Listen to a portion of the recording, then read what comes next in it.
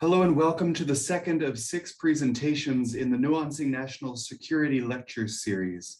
My name is Matthew Hughes and I serve as the Executive Director of the International Relations Council in Kansas City, and we're so glad to have you with us today. The International Relations Council strengthens Kansas City's global perspective by maintaining an active dialogue around world events, global issues, and their impact on our community.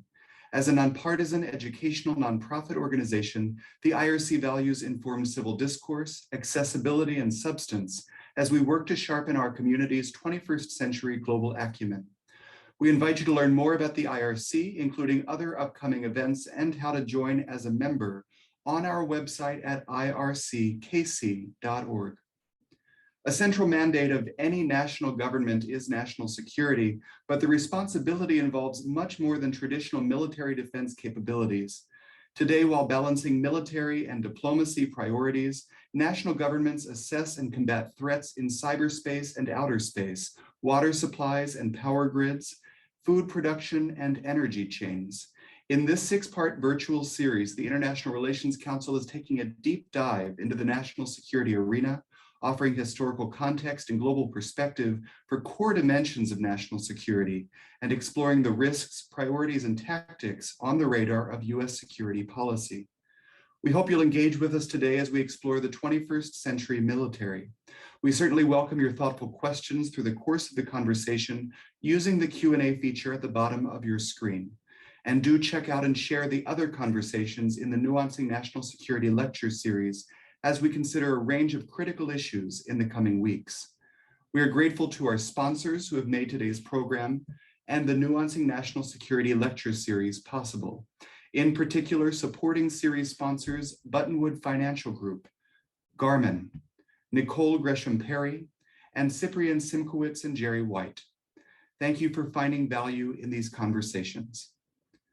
I'm now pleased to introduce our moderator for today's program, who will introduce our speaker and help us navigate the conversation.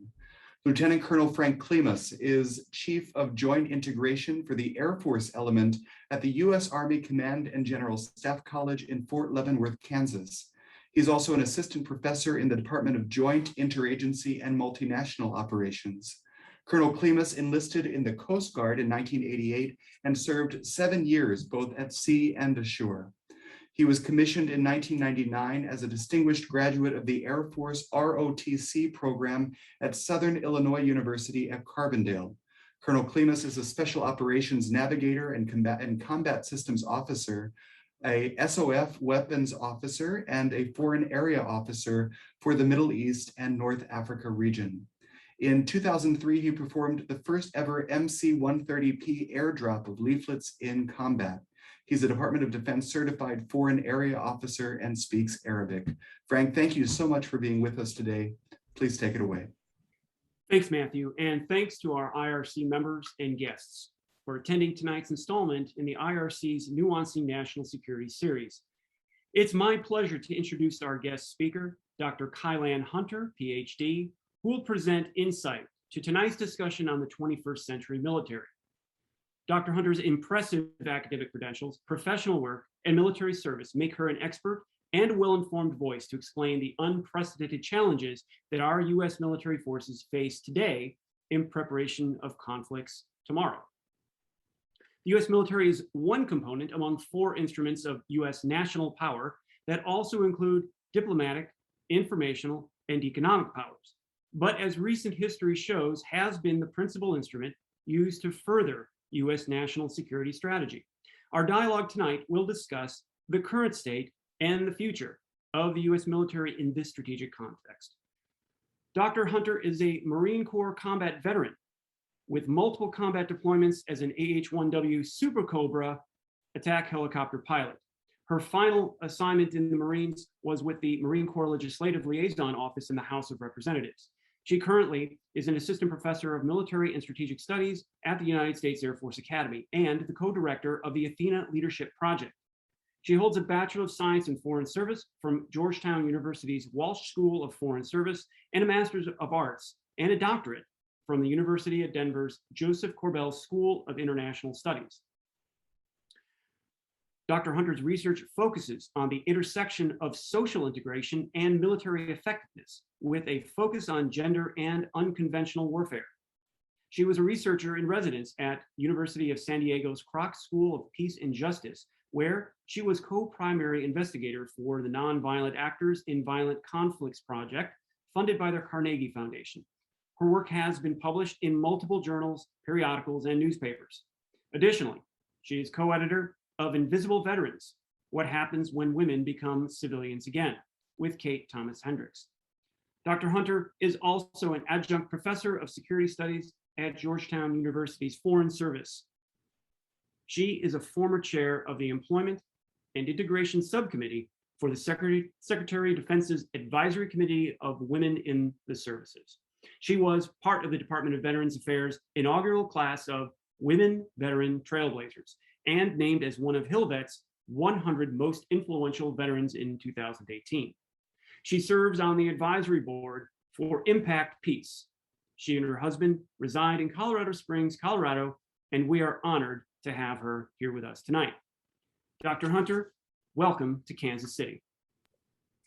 Thank you so much. And I'm only sad this is virtual because some barbecue after this would be very good. So hopefully somewhere in the near future, we can do this in person. So thank you so much for having me tonight. But more importantly, thank you for your dedication and desire to continue to engage on issues of national security, particularly right now. As was mentioned, tonight's focus is on the military and really what the current security situation says about what the future of our military is going to be. This is one part of a larger series. I know your next one is going to be coming up on diplomacy and development. So I really am going to focus in on the military aspect of security. I'm going to spend just a few minutes giving some remarks because I am really interested more in having a dialogue, what you're interested in, what you need to know to continue to advocate for a more secure country. So I want to start just by recognizing that we are right now at an historic moment in our nation's national security history.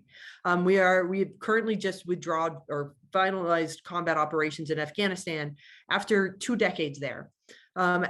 Really coming to an end, what has been known as the forever war from where we are.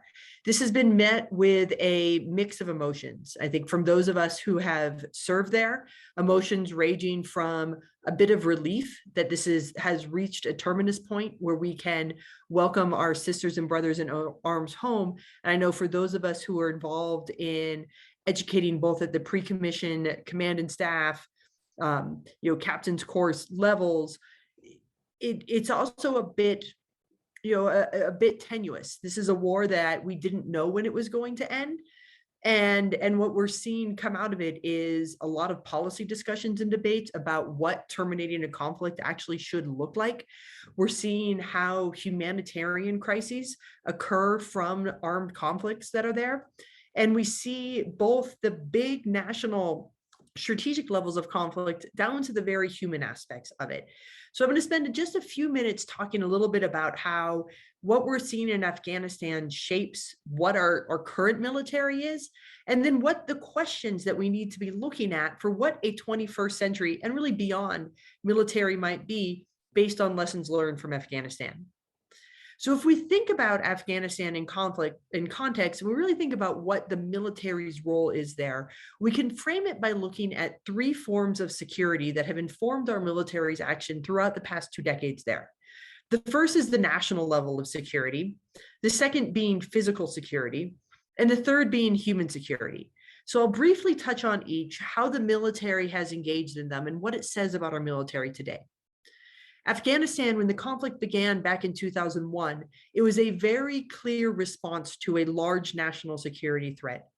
The events of 9/11 galvanized the country against a common enemy in a way that we hadn't seen in a generation. The national security threat was seen, though, not as a state, unlike in the past. If we think our Pearl Harbor moments, this wasn't a state that we had galvanized against, but a facilitating ideology that spurred the global war on terror.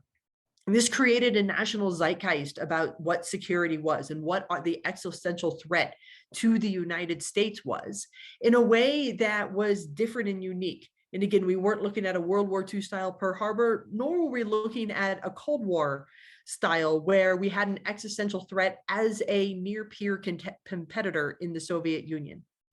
This shaped how the military saw itself. And rather than having a big high-tech arms race, as we saw in the Soviet Union, we started to focus on counterinsurgency operations as a form of national security.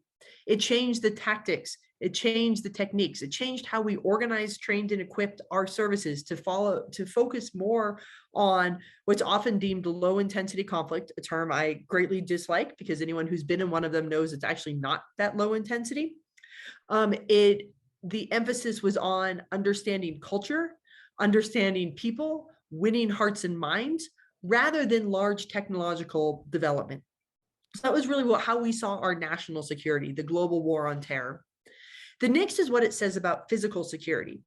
Physical security, again, became very focused and micro level. It became security from IEDs, improvised explosive devices, security from small arms, security in a urban environment where an enemy would hide and engage among the population that was there.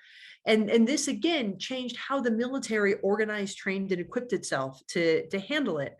Our investments became on small arms survivability when it came to physical security in a very kinetic way. We purchased equipment that led to survivability against IEDs, whether it was V-shaped holes on Humvees or improvised body armor that we had. We focused on improving small arms tactics and military operations in urban terrain to protect our service members from these physical security issues that we saw. And finally, human security was really brought to the forefront. In addition to retribution for 9/11, then First Lady Laura Bush went on the radio right after 9/11 and saying that the security of Afghan women was an essential part of why we were there, to liberate them from the Taliban. And so human security started to become part of the national conversation that we had, that it wasn't just about killing the bad guys anymore, but it was about ensuring that we saw the protection of women and girls, the protection of other vulnerable communities in conflict as part of human security. 9/11 happened less than 1 year after the historic passage of the Women, Peace, and Security Act, UN Resolution, not Women, Peace, and Security Act, after UN Resolution 1325 in 2000, which was later extended and codified in the US in 2017 in the Women, Peace, and Security Act, really elevating the ideas of human security. This saw the emergence of female engagement teams for the first time, and ultimately the removal of the women in combat ban based on the reality of what women on the ground had been doing in Afghanistan.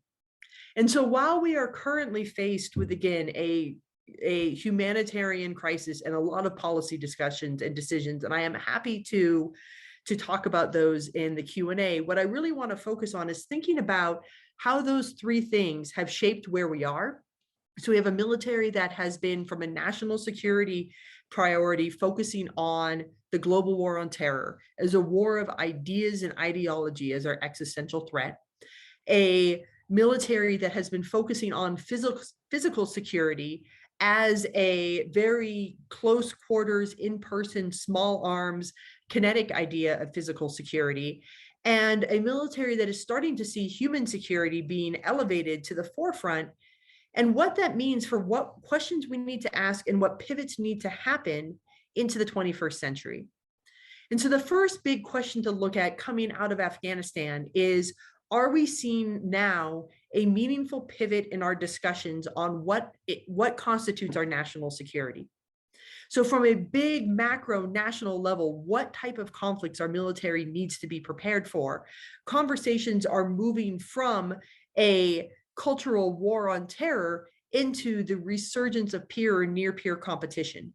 We start looking now at an emerging China as a nuclear power, as well as a Russia that is potentially on the decline, but still, again, a nuclear power, as our two biggest adversaries. that are here right now.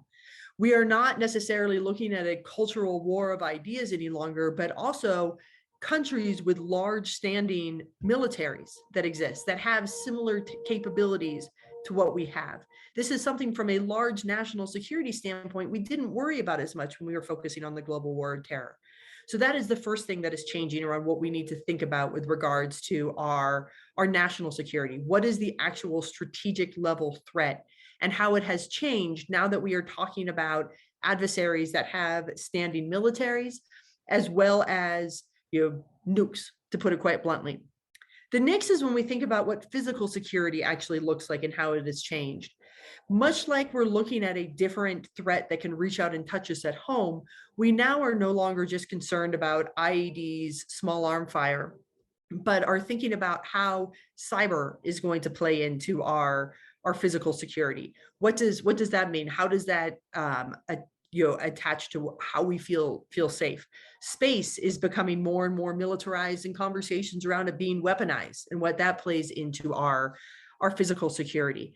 We have, again, adversaries where they have a meaningful air force, and so air superiority is no longer something we can count on to protect our physical security as a military. So we need to reinvigorate our tactics and our procedures in order to confront a military that is, or confront an adversary that has military powers similar to ours. And finally, when we think about pivots in human security, in some ways, and again, I am more than happy to get into this in the moderated discussions or the questions and answers, what we're seeing in Afghanistan was a failure for human security in many ways from a military perspective. While we elevated it and we said that the security of women and girls were important, there was a high level acceptance of this. A lot of the top security folks were focusing on it. There was a low level when we look at female engagement teams and what they were been doing. But from that operational middle, there was largely a misunderstanding of what this actually meant, which led to a misapplication of the gender dimension of human security, and ultimately an exclusion of Afghan women from the peace deals and negotiations that we saw. So when we think about pivoting and taking lessons learned, what we really need to think about is how we can codify more operationally what came from the Women, Peace, and Security Act in 2017, both looking inwards in terms of ensuring that we have a military that is representative of our democratic values, as well as externally to look at how the idea of strategic competition and near-peer adversaries might be playing with regards to what human security looks like. And again, in the question and answers, I am more than happy to discuss that. So if we think about what our past, our focus on counterinsurgency, and what really this hard break right now, where we were saying we are done with this side means, just to reiterate, 3 areas we need to be thinking about focus on. 1, what does it mean to have a great power competition, near peer competitors, strategic competition to our national security that is there? What does it mean to our physical security that we now have peers with similar weapon systems and ones that we haven't even thought about yet? And how do we actually meaningfully elevate human security as part of the military's actions? And with that, I really look forward to your questions and answers and some moderated discussion, and to hear from all of you too.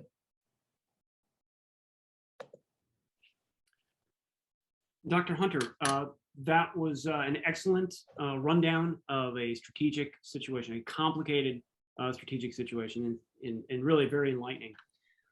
So we have a lot of ground that we can cross into, and some of the questions are already coming in. So well done. So the first most important question is, whose barbecue is better, Kansas City or Texas? Oh, Kansas City, totally. Okay. Right. Let's yes. I have family in Texas too, so but Kansas City wins hands down every single time. Okay, the rest of the hour will go swimmingly. Okay, no, but seriously, let's get into a very important discussion now. Afghanistan, we can't have a discussion of national security, of course. You can't avoid talking about Afghanistan. So after this 20-year partnership, there's a problematic negotiation process with the Taliban and difficult and urgent evacuation. These are all separate pieces, of course. They're not all the same thing. And I think it's important we separate all this. So we are left with less hope for the country than we had last year and maybe even last month. So after we conclude our evacuation and depart by August 31st, as President Biden has announced, what will the U.S. relationship with Afghanistan look like? So I think this is one that's a really challenging question that everyone is grappling with right now. So when we went into Afghanistan nearly 20 years ago, it was very clearly an adversarial relationship that we had. We had a clear enemy in the Taliban. We had a clear reason for having them an enemy based on their relationship with Al-Qaeda and Al-Qaeda's attack on US soil that was there. So that was very adversarial. Over the course of really the last 17 to 18 years, we have focused on building a partnership from both a governmental perspective. One of the things that I did when I was with the House, when I was in the legislative liaison officer, was I served as one of the military liaisons to the House Democracy Partnership. So another role for the military that we saw wasn't just on the ground training Afghan security forces, which was part of this partnership, but also working to try to fortify a meaningful civ-mil relationship that was there, so that there was strong civilian oversight of their government to try to create robust infrastructure that was there to stand the test of time. I think one of the biggest problems that we have is that that partnership crumbled very, very quickly. And you hear a lot out there of, well, it was a government built on quicksand. These weren't folks that really were committed to the cause. There's also, I think we need to look at ourselves and what it means to be a partner and what signals were sent with the way that we actually conducted the withdrawal, how quick it came, and the fact that it was literally disappeared overnight in some cases without a lot of conversation to our Afghan partners that were there. And without real handover transition, one of the things that is key and paramount to military operations is good consistency in handovers that exist, right? So we give good tools, we give good handover briefs to our allies. And in Afghanistan, for a while, we saw that going very well from a coalition standpoint, where US were giving handover briefs to NATO allies, NATO were giving them to US, and then giving them to Afghan forces. And we had a actual good sort of relationship and process there. When we chose to withdraw, we abandoned that process in many ways. And so I think when we look at what is the future of US-Afghan relations, we have a few tough choices ahead of us. One is, how do we actually rebuild trust with the people of Afghanistan? And I think that's first and foremost. I think there's, among the military and veteran community right now, there's actually a lot of heartache and pain for some reasons, because we developed close friendships over there and worked very closely with our Afghan partners, and we feel that sort of has disintegrated. So the first hard question is, what do we need to do to rebuild trust? And what is the role of the military in rebuilding that trust? Is there continued security cooperation with what is left of the Afghan security forces? But that can only be answered once we answer a larger question, which is, what is our national relationship with the Taliban going to be going forward? And back in 2001, we declared the Taliban the enemy. And we spent a lot of blood and treasure getting the Taliban out and arguing against the Taliban having any right to have power right now. They are right now in the position of power, and we're seeing other governments, a lot of our national adversaries have recognized the Taliban as a legitimate government now. And that's a real tough choice that we have to start to make. And that's going to shape quite a bit how our military chooses to interact. Because if we choose to recognize the Taliban as a government, and this is I'm sure this will come up quite a bit in the diplomacy and development conversation that you're having next. If we choose to, then we're engaging with a legitimate military force. If we don't, any sort of military action there, we're saying is still not non-state actors, and we're back to some of these counterinsurgency principles that we have. So, I know that was a lot coming out of here, but I think one of the big things we really want to look at is, what are we going to do when it comes to recognizing or not recognizing the Taliban government? And how that plays out is going to dictate quite a bit with what our military response and relationship is going to be. The nuance that you expressed there, especially about recognizing the Afghan government, is very salient. We do have one Afghan officer who is in our student class for the 21-22 year at Command and General Staff College, and that's a complicated relationship. So we're going to see how that plays out on your side. So going back to the history that you laid out in your opening comments, Dr. Hunter, yes, the initial blast out of the door, going to Afghanistan, to confront an attack on the United States, and then you cover your 3 forms of security, and then it seems that at some point this evolved into a different mission. And how that evolved, I think that for someone who studies or teaches strategy, you have to go back to end states and then immediately go to what a vital national interest is. And so let me just ask them, what constitutes a vital national interest for national security that requires the military to be used to ensure that, to fulfill that strategy? Yeah, and I think you hit a really important point here when we talk about the sort of the changing strategy and vital national interests. You know, the most agreed upon vital national interest that's out there is the defense of America and her people, right? So that's, I think, regardless of political affiliation, religious affiliation, military, not military, there's very little disagreement that homeland defense of America and her people is our most vital national interest. And so that is something that we almost unequivocally will go to war for. And, I said it back in September of 2001, and I still believe this. I think regardless of who was president at that point, we would have had the same response in Afghanistan initially, that we had a vital national interest. And it was a very clear-cut decision that the use of military force was a appropriate and measured response to what happened.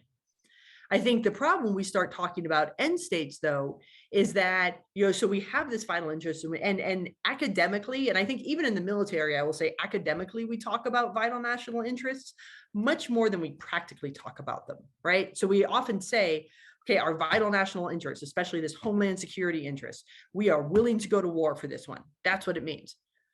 What we're really bad at is saying, what's the end state of that war? When have we actually done the appropriate level of retribution for military action, or for a violation of our national interest that needs to be responded with military action? If we were thinking very small, I think in a vacuum and saying, okay, what we needed to do is go, retribution for 9/11, get the Taliban out, and that's it. Full stop, we're done. We have those very limited objectives. We would have been in Afghanistan maybe 2 years. I would say probably closer to 18 months for really achieving that.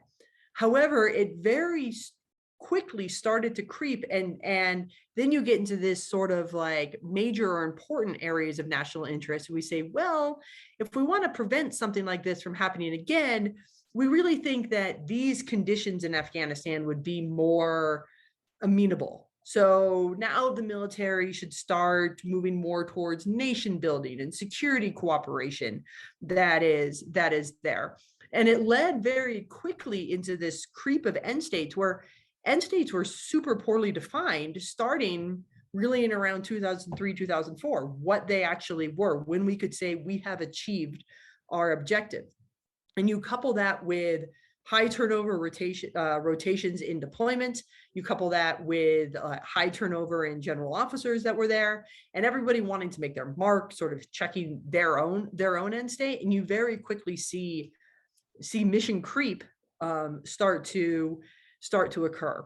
So I think, just to kind of come back and summarize some of this, vital national interest, our homeland defense and security, absolutely. I think our initial engagement in Afghanistan would have gone that way regardless of who was there. But we haven't historically done a really good job of defining end states beyond, we need to use the military to address this problem that's there. Thanks, Dr. Hunter. I think that in conversation of these end states, we can delve into talking quickly about where we get the motivation, or what's the purpose of the military and how we use it. I'd like to bring the audience's attention to the what we use as a strategic document, which is the National Security Strategy. Just to kind of just dive into this real quick, and then we're going to back off a little bit and go right to military forces. But the Biden administration signaled its strategic intent to broadly shift away from the Middle East in order to focus on competition with China in their strategic vision laid out in the interim national security strategy guidance, which was issued last March. This is the first time an administration has issued an interim guidance. In fact, previous administrations refrained from issuing formal guidance that articulated strategic intent until Congress mandated the National Security Strategy, or the NSS, through the 1986 Goldwater-Nichols Act. I know you know this, I'm just giving the audience a little color, which requires the NSS be produced annually when the president submits the budget for the following fiscal year. But this is normally really only produced only one per 4-year term. President Biden's initial guidance seems to downplay the role of the US military and increases the role of statecraft and diplomacy. First, if the interim guidance is an indication of this strategy shift, can we be successful in strategic competition with China with less military power and more diplomatic power? So, I mean, this is, I think, one of the key questions that comes out every time a new NSS comes out. And I think you hit something interesting, that this is the first time there's been an interim guidance in a really long time. I think it was deliberate in trying to communicate a shift, so that there was some strategic intent behind doing this. But I think when we think about the role of the military, I think one thing that the past 20 years has done and sort of clouded America's vision too is that the military does a lot more than fight wars, especially when we start talking about strategic competition. You know, the past 20 years, as we've referred to them often, the endless war that has been this continual rotation where we've seen the military engaged in much more sort of like low-level wartime operations than we have in a long time, has, I think, led the American people and maybe even some of our leaders to forget that the military has a much bigger role in strategic competition. Response to humanitarian disasters is one that really comes to mind. When we think about strategic competition with China, it's not just our tech competition or our nuke supply competition, but we look at strategic competition for partners and allies, particularly in Africa and Indo-PACOM regions, where we are seeing more and more weather disasters, right? We're seeing more and more natural disasters occur. The ability to quickly respond to those, to provide aid, to provide immediate support is a big part of strategic competition that we have. And while organizations like USAID, the Red Cross, Doctors Without Borders have fantastic assets that are absolutely essential for this, the military has some key assets, particularly because post-natural disaster environments are often very physically dangerous. And you need individuals with the training in these adverse and austere conditions to go in and actually set conditions for larger aid organizations to come in. So they're physically dangerous. They've often lost all their infrastructure. And our main, the military builds runways, right? That's a core competency to it. And if they can't build them, we can sail a runway direct over to, right off the coast. We have floating hospital capabilities, food and water capabilities. And this is an essential part of our strategic competition. Yes, we do this because it is a humanitarian act, and that is an essential part of being a humanitarian democracy. But it's also a strategic activity in order to counter some of China in particular's growing influence in Africa and the Indo-PACOM region. So I think when we're starting to look at, can we be strategically competitive with a diminished military, I think we need to actually take a harder look and ask faster, what should the military be doing? And how can we leverage all of the unique capacities, those humanitarian assistance, those soft power engagements around training, the logistical support that is there. Not just the fact that the military is a killing people and breaking things organization. And so I think that often it gets undersold, and we have to really focus on how we can better employ the military smartly, not just with hard power, to build a real comprehensive strategic vision for all of our instruments of power working together simultaneously. Okay, excellent. That is a complicated balance between all those uses of power. I'm going to make a break here. I'm going to break left, and I'm going to go into people, manpower, and some budget stuff. We have a flurry of questions stacked up from the audience, so I'm going to get through one more question, maybe one more after this between us, and then we'll go right to the audience. A lot of audience participation. So the DoD budget is currently more than $700 billion, but the individual services have had to balance trade-offs between paying for people programs and paying for advanced systems, leading to uncertainties in readiness and retention. The military head of the Army, the Chief of Staff, General McConville, set priorities for the service of people, readiness, and modernization. Now, to me, this represents an interrelated dynamic, but people are first. Can we afford the disruptions of this balance due to these trade-offs, or should we endure growing defense budgets in order to satisfy needed growth in both areas in order to satisfy our strategies? So I think the budget, the DoD budget, is always one that is contentious because it is the largest. I'm not a budget expert, but I want to talk through some of the priorities. You hear a lot, people first, and I think when we look at this, we cannot afford as a country to reduce our readiness in any way.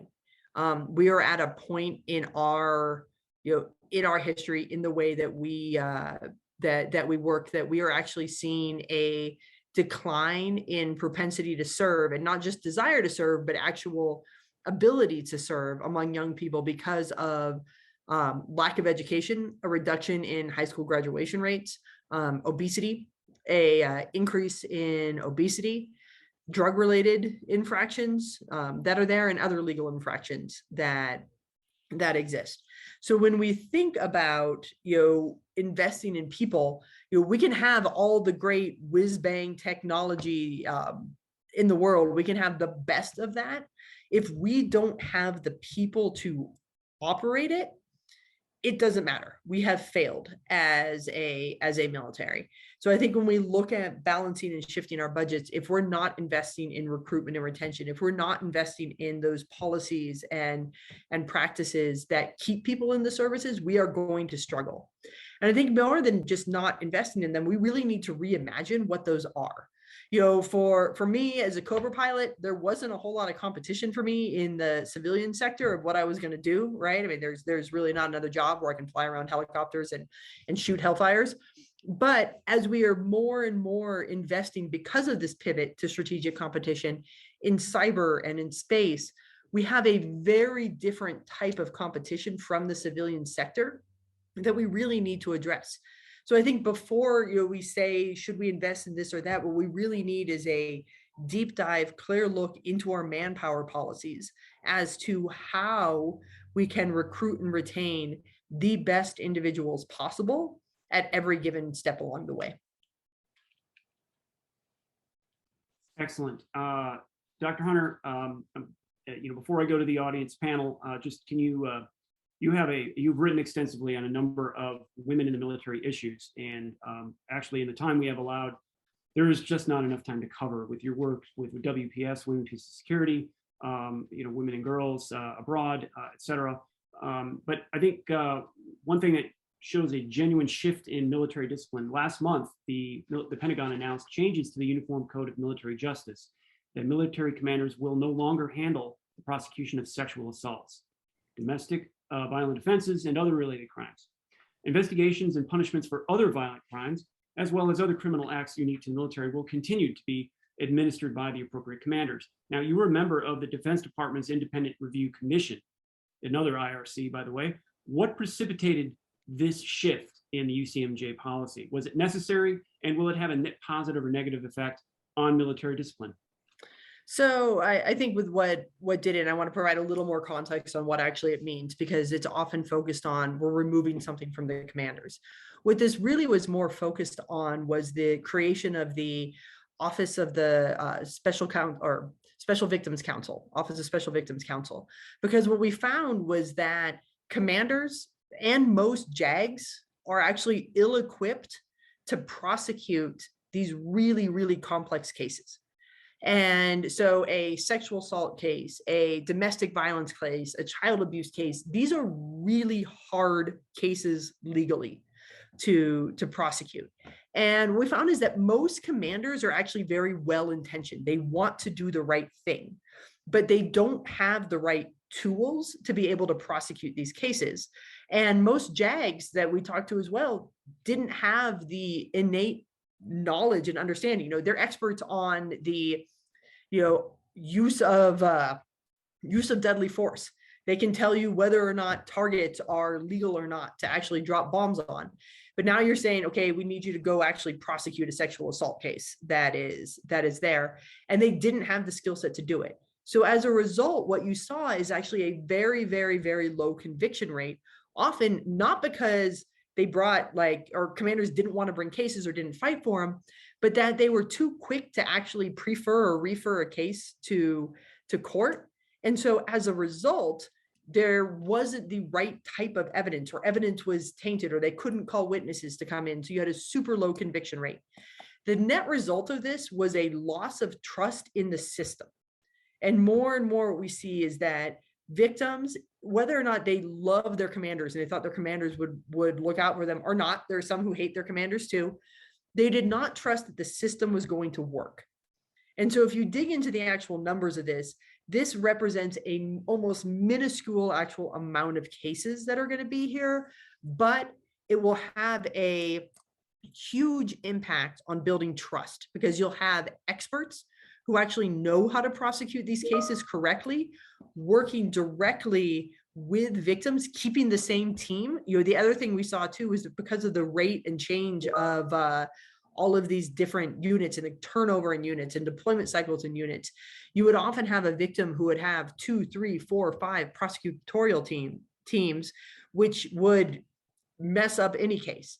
And so this gives a dedicated office who understands these types of cases better than anybody else to ensure that appropriate justice is doled out in the right way.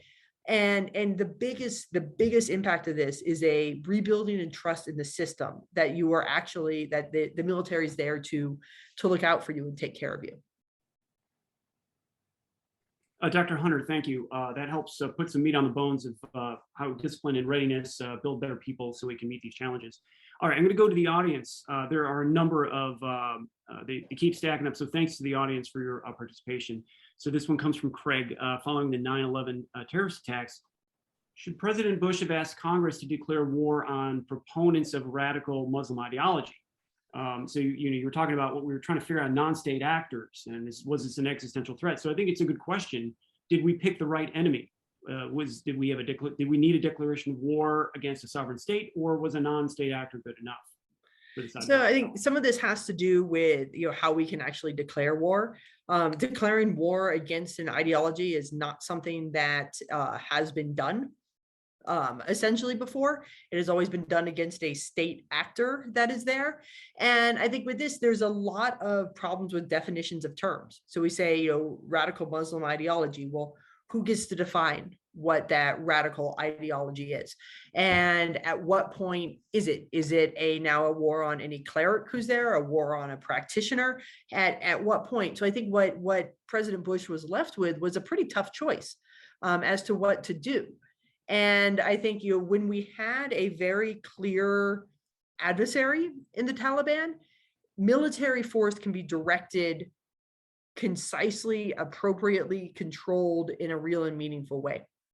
When it looks, when we try to go to war against an ideology, what we saw with the global war on terror, you end up with all of these morphing changes of strategies. We went through, general officers were going through strategies in Afghanistan like crazy.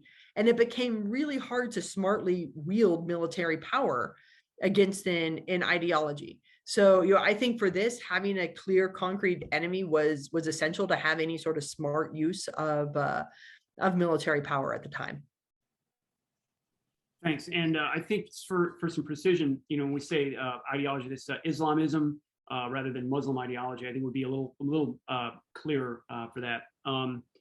Thanks. So staying on the Afghanistan topic and going back to the beginnings of why we went there, let's look at the Taliban that existed then and the Taliban that we know now. So Stephen asked a question, do we know what the Taliban's objectives really are?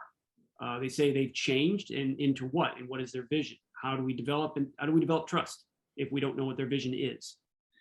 Yeah, I think this is something we're going to see unfold over the course of the next few months, really here. The Taliban has said they have changed. They say they want to be a legitimate political actor. I think we are yet to know what that actually means in terms of what their vision is, but they are engaging more and more with the press, with the outside world. I think the biggest tell is going to be come after August 31st. What actually is going to happen? They're saying August 31st is the deadline. I think then we'll actually start to see, here's what they envision for the country. I think right now what you're having is a lot of people who are very frustrated and concerned, and we're hearing from even a lot of our elected leaders that the Taliban is essentially holding American lives hostage, saying this is the date that you have to leave. So that in and of itself might be indicative of where some of the their vision still has a very hard line rule. They did say when they came out and said that they want to expand more rights, bring women in, they were still very focused on within accordance to Sharia law. So that seems to be the one thing we do know, is that they still are very focused on Sharia law, but what their long-term actual vision is for the country, we have yet to see. Dr. Hunter, staying in this geopolitical area, let's open the aperture a little bit and look at Pakistan. So as we look over the border, so we know that there is a Pakistan wing of the Taliban, and we do know about the government's support of the Taliban as they have ascended to power. Now, the question is, what is that relationship going to mean for the United States between the US and Pakistan? So Richard asks, for 20 years, nuclear-armed Pakistan harbored and supported the Taliban. Going forward, what should our relationship with Pakistan be? So another really tough question. You guys are trying to asking some good ones here. So when we think about Pakistan, they have historically supported the Taliban. They have harbored enemies of us. Their nuclear power has made them a little more untouchable. I think what we're going to start seeing when we start talking about this pivot towards strategic competition is going to be how we can balance, our strategic capabilities, the fact that we are a nuclear power as well, with what our adversaries are doing with their nuclear powers. Pakistan's going to be, I think, again, post August 31st is really when we're going to see a lot more of what this relationship is going to shape out to be. Is Pakistan right now is actually in some ways aiding and helping with evacuation missions that are there. So this is one that I think you should probably really engage with next time too, on diplomacy that's there. From a military perspective, they are going to be a key to strategic competition with China for sure, because of just where they're located and their historical relationships with China.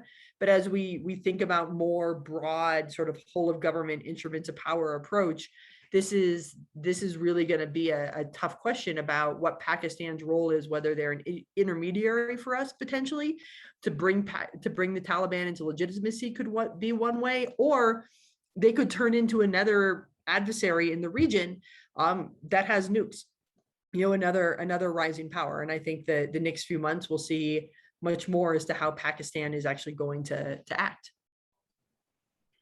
Well, Dr. Hunter, that's an excellent segue. I could swear you're reading my questions as we go along. So we're going to continue moving through the region, and we're going to answer Dan's question here. In addition to competing with China or Russia by means like humanitarian support and other soft power elements, what should the DoD do to shape and prepare the environment?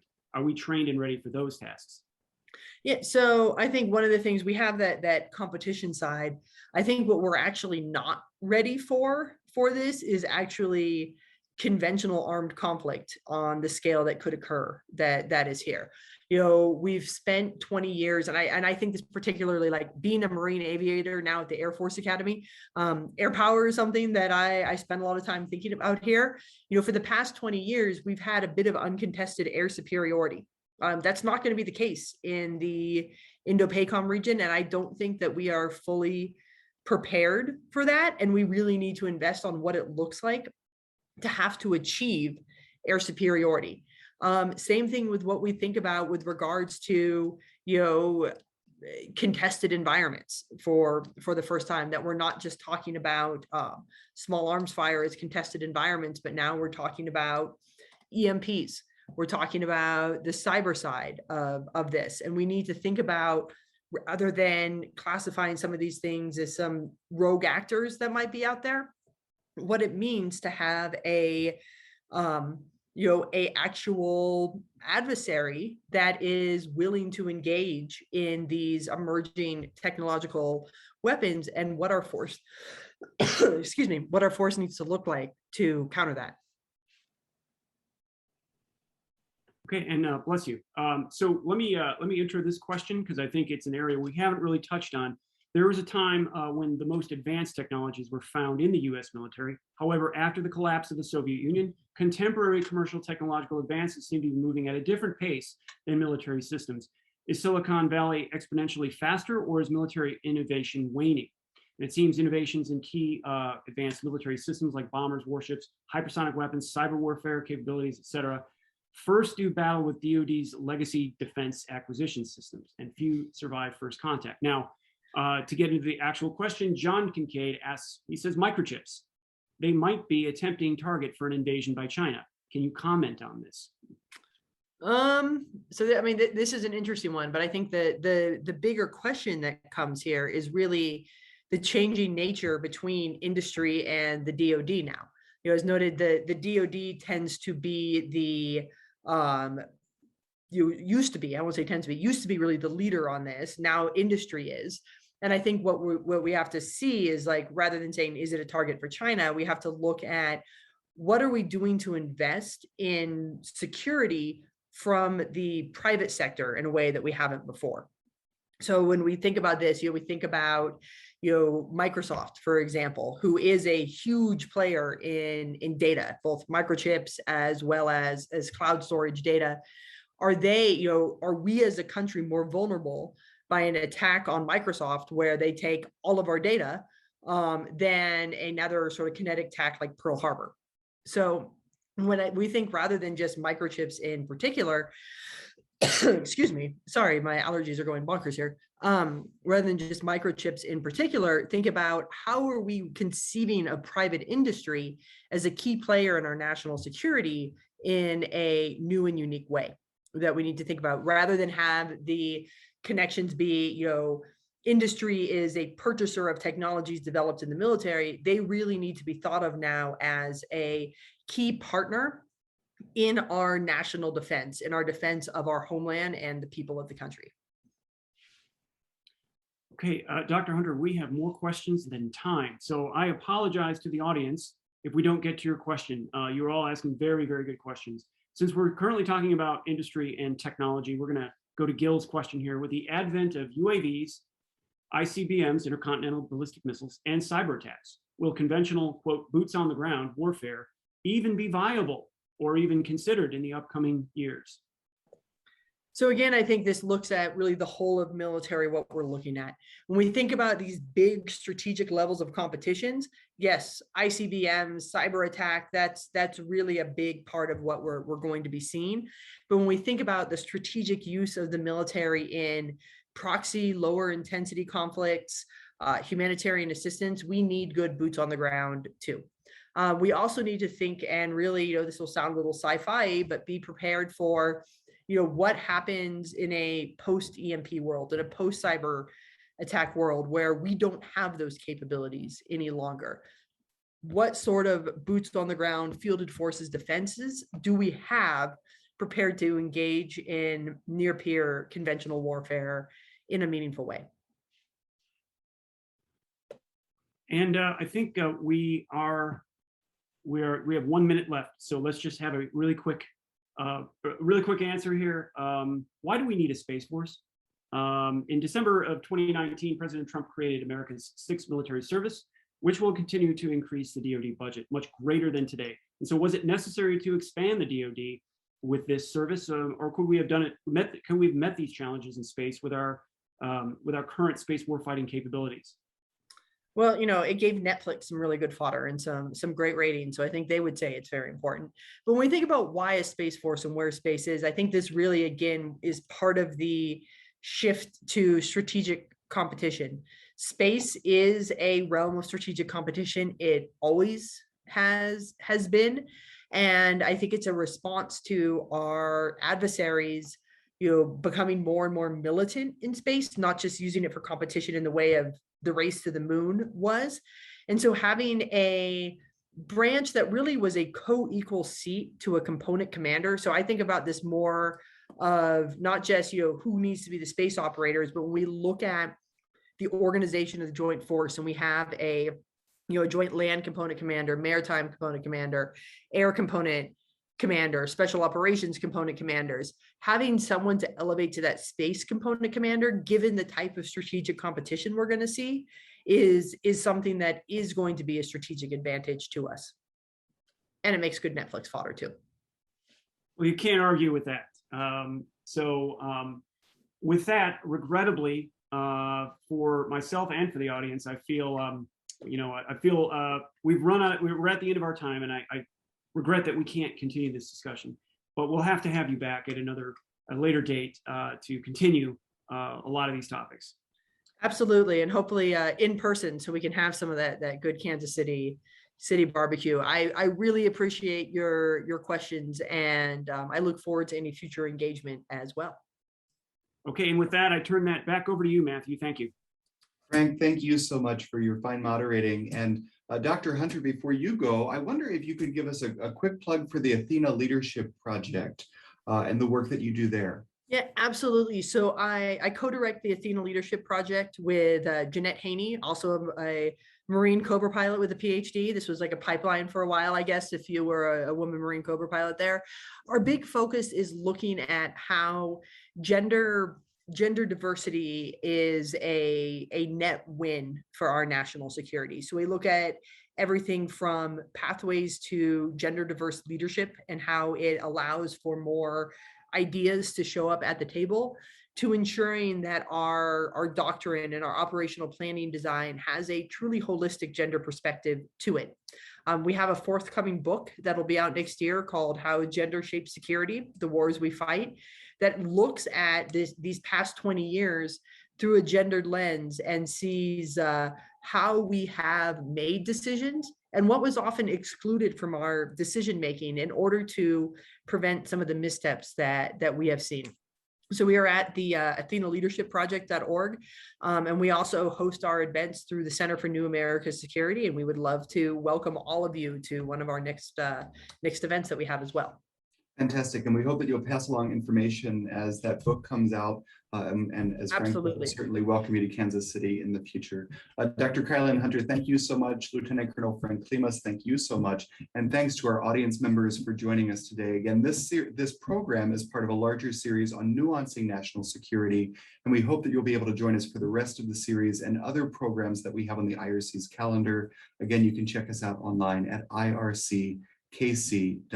Thanks so much, everybody, and we'll see you soon.